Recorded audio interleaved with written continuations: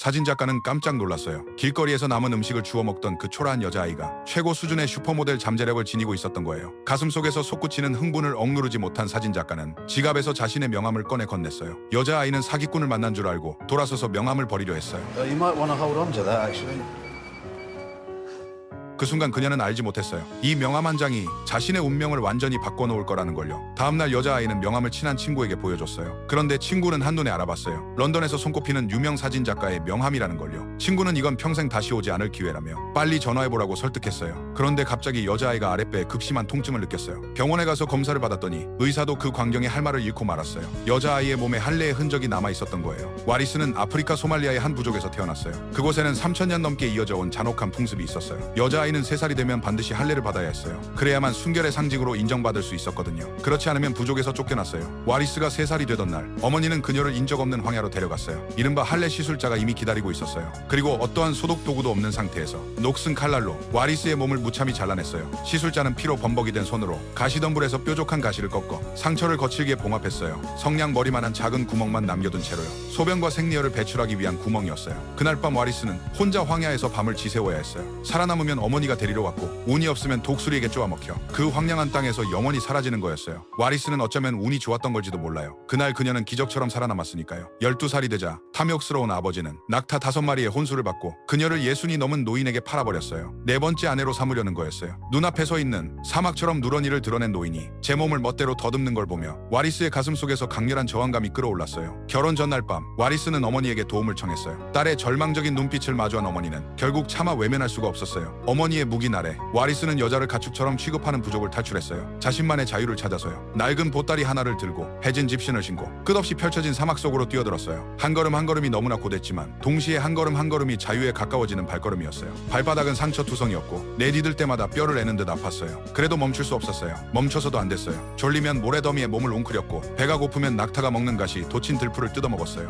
며칠 밤낮을 걸었는지 알 수도 없었어요. 그렇게 마침내 외할머니를 찾아냈어요. 외할머니는 알고 있었어요. 이곳은 와리스가 오래 머물 수 있는 곳이 아니라는 걸요. 언제 아버지에게 붙잡혀 끌려갈지 모른다는 걸요. 외할머니는 가진 인맥을 모두 동원해 몰래 와리스의 여권을 만들어줬어요. 그리고 연주를 통해 그녀를 먼 나라 영국으로 보냈어요. 런던 주재 소말리아 대사 부인 댁에 가정부로 일하게 한 거예요. 그렇게 숱한 우여곡절 끝에 와리스는 마침내 런던에 도착했어요. 대사관의 가정부 생활이 시작됐어요. 어둡고 눅눅한 지하실에서 지내며 매일 하루 종일 청소만 했어요. 말 한마디 못하는 도구처럼요. 쉬는 시간이면 문틈에 귀를 바짝 갖다 대고 TV 소리를 몰래 들으며 어설픈 영어를 익혔어요. 낯선 세상에 적응하기 위해 안간힘을 썼어요. 이렇게 조용히 살아가겠거니 했는데 6년이 지나 소말리아 내전이 터졌어요. 대사관은 즉시 폐쇄 명령을 받았고 모든 직원은 당장 귀국해야 했어요. 하지만 와리스만은 절대 돌아갈 수 없었어요. 그곳이 자신에게는 지옥이나 마찬가지라는 걸 알고 있었으니까요. 그래서 또 도망쳤어요. 대사관 안이 모두 혼란에 빠져 아무도 신경 쓸 틈이 없는 사이 화분 속에 묻어뒀던 여권을 꺼냈어요. 얇은 옷 몇 벌을 챙겨 몰래 대사관을 빠져나왔어요. 하지만 이번 탈출도 그때와 크게 다를 게 없었어요. 돈도 없었고 아는 사람도 없었고 머물 곳도 없었어요. 말도 제대로 통하지 않았어요. 살아남기 위해 쓰레기를 뒤지고 수돗물을 마시며 거리에 웅크려 밤을 보냈어요. 절망 속에 빠져있던 그때 낯선 여자 한 명의 등장이 와리스의 인생을 완전히 바꿔놓았어요. 메리는 몹시 화가 나 있었어요. 소리를 지르며 경찰에 신고하겠다고 했어요. 하지만 와리스는 알아들을 수가 없었어요. 딱 한마디 영어밖에 할 줄 몰랐거든요.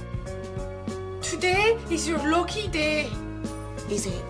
그 순간 메리의 화가 스르르 녹아내렸어요. 마음 한켠에서 측은함이 피어올랐어요. 집도 없이 떠도는 이 여자를 보며 오늘 하룻밤만 재워주기로 했어요. 다음날 아침 알람 소리에 눈을 뜬 메리는 눈앞의 광경에 할 말을 잃었어요. 돼지우리 같던 자신의 방이 티 하나 없이 깨끗하게 정돈돼 있었어요. 따뜻한 커피 한 잔도 정성스럽게 준비돼 있었어요. 그 순간 메리는 와리스에 대한 모든 경계를 내려놓았어요. 그냥 계속 같이 살자고 했어요. 그리고 연주를 통해 패스트푸드점 일자리도 구해줬어요. 드디어 안정적인 수입이 생긴 거예요. 두 사람은 어느새 모든 털어놓는 단짝 친구가 됐어요. 와리스는 낮에는 패스트푸드점에서 일하고 저녁에는 메리에게 영어를 배우며 런던 생활에 조금씩 익숙해져 갔어요. 그러던 어느 날 메리가 또 무용학원 불합격 통보를 받았어요. 방 안에 틀어박혀 가슴이 찢어지도록 울었어요. 상심한 친구를 위로하려고 와리스는 밤에 함께 술집에 가서 춤이나 추자고 제안했어요. 술집은 와리스에게 처음이었어요. 온몸이 어색하고 불편했어요. 그때 잘생기고 다정한 흑인 청년이 말을 걸어왔어요. 와리스는 처음으로 가슴이 두근거리는 걸 느꼈어요. 하지만 부족의 규율상 결혼 전에 남편 이외의 남자와 가까이에서는 안 됐어요. 그래서 함께 춤을 추자는 청년의 말에 와리스는 돌아서서 자리를 박차고 나왔어요. 알았어요. 그날 밤 그녀는 강가에 서서 오랫동안 생각했어요. 자신이 한 행동이 부끄러웠어요. 그런데 집에 돌아왔더니 메리와 남자친구가 다정하게 있는 모습을 목격했어요. 그 순간 와리스는 엄청난 분노가 치밀어 올랐어요. 가장 친한 친구가 창녀 같다고 느꼈어요. 부끄러운 줄도 모른다고 메리를 몰아붙였어요. 결국 와리스는 더는 참지 못하고 옷을 걷어 올렸어요. 몸에 새겨진 그 흉측한 상처를 드러냈어요. 메리는 너무나 충격적이고 마음이 아파서 눈물이 와락 쏟아졌어요. 그제야 모든 게 이해됐어요. 와리스가 왜 화장실을 가는데 매번 십몇 분씩 걸렸는지, 왜 남들 앞에서 절대 옷을 갈아입지 않았는지, 왜 남자가 가까이 오는 것을 그토록 두려워했는지, 그리고 바로 메리의 입을 통해 와리스는 잔인하고도 냉혹한 진실을 알게 됐어요. 여자는 할례를 받지 않아도 된다는 것을요. 여성의 몸은 원래 온전해야 한다는 것을요. 십몇 년이나 지켜온 그 순결은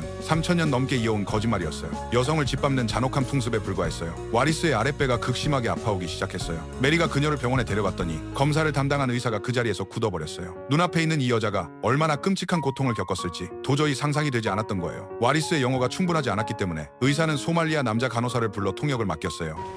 Can you tell this young lady she was stitched up far too tightly? A real botch up, I have to say. Can you say I'd like to operate as soon as possible?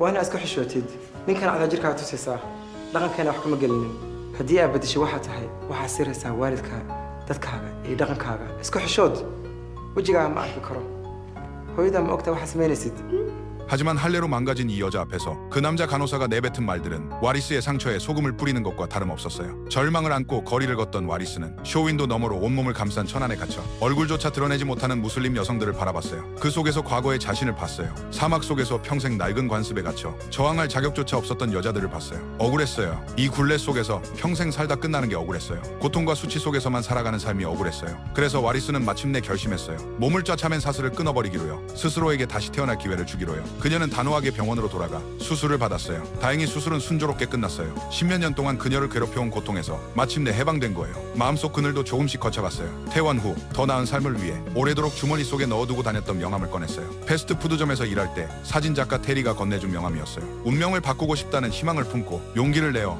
테리의 스튜디오를 찾아갔어요. 테리는 역시 대단했어요. 예리한 눈과 충분한 인내심을 가진 사람이었어요. 와리스가 처음 카메라 앞에 섰을 때 극도로 어색하고 불안해했어요. 기본 자세조차 제대로 잡지 못했어요. 하지만 테리는 포기하지 않았어요. 부드러운 말로 하나씩 이끌어주며 마음속 벽을 허물게 했어요. 내면의 감정을 있는 그대로 끌어내도록 도와줬어요. 테리의 전문적인 지도 아래 찍힌 사진들은 와리스만의 야성과 생기를 완벽하게 담아냈어요. 사막 소녀의 강인함과 가공되지 않은 순수함이 함께 담긴 사진들이었어요. 패션계 전체를 단번에 사로잡았어요. 와리스가 모델 업계에 발을 들여놓는 발판이 됐어요. 패션 잡지와의 인터뷰에서 그녀는 거리를 헤매던 떠돌이에서 슈퍼모델로 역전한 성공 스토리를 말하지 않았어요. 대신 스스로의 상처를 드러내는 것을 선택했어요. 3000년 넘게 이어져 온 할례라는 풍습을 세상 앞에 날 것 그대로 보여준 거예요. 자신이 겪은 고통을 거침없이 털어놓았어요. 부족안에서 할례로 짓밟힌 수많은 여자아이들의 이야기를 전했어요. 할례로 인해 목숨을 잃은 소녀들의 비극을 세상에 알렸어요.